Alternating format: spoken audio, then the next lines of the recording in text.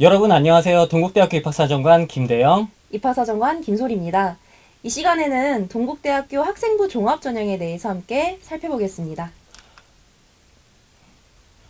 올해 동국대학교 입학 전형의 선발 비율은 어떤가요? 작년과 비슷한가요? 네, 전년도와 비슷하게 약 7대3의 선발 비율을 유지합니다. 그 중에서도 전체 모집 인원의 47.6%에 달하는 1,456명을 학생부 종합전형으로 선발합니다. 1,456명이나요? 네, 맞습니다. 그 외에도 논술, 실기를 포함하여 수시는 크게 세 가지 전형으로 이루어져 있습니다. 그렇다면 작년과 크게 달라진 점이 있다면 어떤 게 있을까요? 네, 지금 보시다시피 바로 두드림 소프트웨어 전형이 신설되었다는 점입니다. 2020학년도 실기 소프트웨어 전형이 폐지되고 올해부터는 학생부 종합 전형인 두드림 소프트웨어 전형이 신설되었습니다. 두드림 전형 모집 인원이 작년보다 줄어든 것 같지만 컴퓨터 공학 전공, 정보통신 공학 전공, 멀티미디어 공학과 이렇게 세 학과에서 두드림 전형과 실기 전형으로 선발하던 인원을 두드림 소프트웨어 전형으로 선발함에 따라 실질적으로는 두드림 전형의 선발 인원은 늘었다고 볼 수 있습니다. 네, 이 외에도 올해 학생부 종합 전형인 학교장 추천 인재 전형의 고교별 추천 인원도 확대되었다고 하는데요. 네, 고교별 총 4명에서 5명으로 늘었습니다. 또한 지원 자격별로 선발하던 기존의 고른기회 전형들이 고른기회 통합이라는 하나의 전형으로 통합하여 선발하게 되었습니다. 맞습니다. 또한 주요 특징으로 동국대학교 수시 모집에서는 전형 유형별로 총 5번 지원이 가능합니다. 5번이나 어떻게 지원이 가능하죠? 네, 설명드릴게요. 우선 두드림 전형과 두드림 소프트웨어 전형 중 하나, 그리고 학교장 추천 인재 전형 하나, 불교 추천 인재 및 고른기회 전형에서 하나, 논술, 실기에서 각각 하나씩 총 5개의 카드를 쓸 수 있습니다. 네, 그렇군요. 그렇다면 이제 학생부 종합 전형의 전형 방법에 대해서 좀 살펴볼까요? 크게 두 가지 방법이 있지요.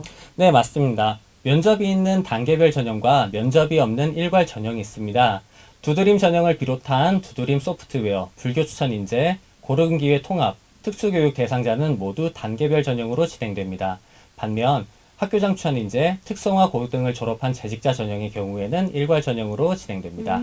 단계별 전형이 뭔가요? 네, 단계별 전형은요.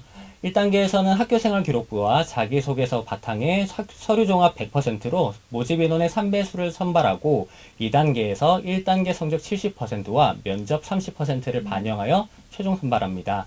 두드림 및 두드림 소프트웨어 전형에서 모집 인원이 큰 일부 학과는 1단계에서 2.5배수를 선발합니다. 아, 혹시 수능 최저 학력 기준이 반영되나요? 아니요. 동국대학교 수시 모집에서는 논술을 제외한 모든 전형에서 수능 최저 학력 기준을 적용하지 않습니다. 아, 수험생의 부담들이 좀 많이 줄어들겠네요. 네, 그렇죠. 네, 앞서 살펴본 단계별 전형과 달리 일괄 전형은 면접 없이 서류 종합평가만으로 진행됩니다. 학교장 추천 인재 전형은 학교생활 기록부만으로 서류 종합평가가 이루어지며 특성화고 등을 졸업한 재직자 전형은 학교생활 기록부와 자기소개서를 바탕으로 서류 종합평가가 이루어집니다. 네, 참고로 학교장 추천 인재 전형의 경우 인문과 예체능 계열에서 3명 이내, 자연 계열에서 3명 이내로 고교별 총 5명까지 추천이 가능합니다. 네. 두드림 전형과 전형 방법은 같지만 지원 자격이 다른 전형들이 있죠. 네, 불교 추천 인재 전형은 대한불교 조계종 사찰 주지 스님의 추천 또는 종립고등학교장의 추천이 필요합니다. 고른기회 통합은 무엇인가요?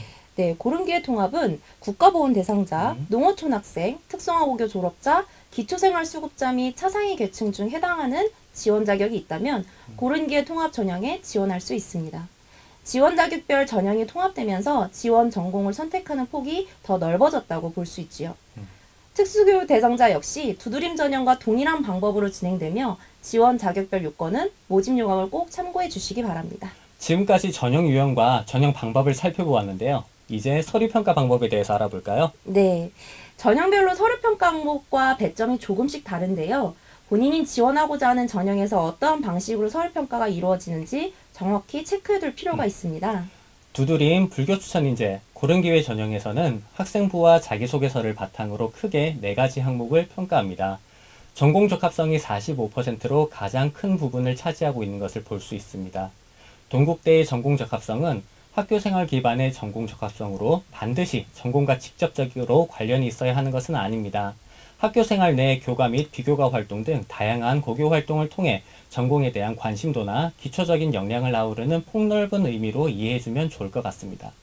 그렇다면 학교장 추천 인재는 무엇이 다를까요?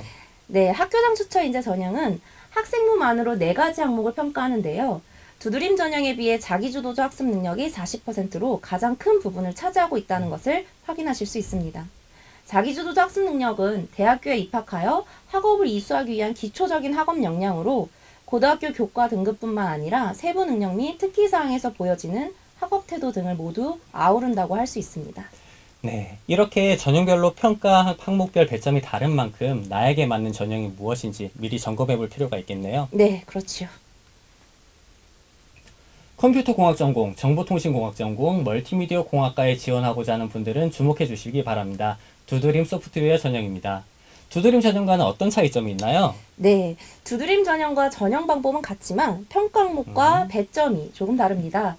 전공 적합성 대신 소프트웨어 전공 적합성을 평가하며 배점 또한 50%로 높습니다. 자기주도적 학습 능력과 지원 동기의 배점은 두드림 전형과 동일합니다. 소프트웨어 전공 적합성이라는 게 어떤 거죠? 소프트웨어 전공 분야에 필요한 고교 교육과정 안에서의 전공 수학 역량 및 전공 관련 학습 경험을 의미합니다. 여기서의 소프트웨어 전공 적합성은 전문적이고 기술적인 프로그래밍 역량을 의미하는 것이 아닙니다. 고교 교육과정 내 수학과 과학을 기반으로 한 사고력, 논리력 등을 평가하는 영역이라고 볼 수 있습니다. 네, 그렇군요. 두드림 전형과 비슷하면서도 다른 부분이 있으니 지원할 때 이 차이점을 잘 파악해둬야겠습니다. 네, 맞습니다.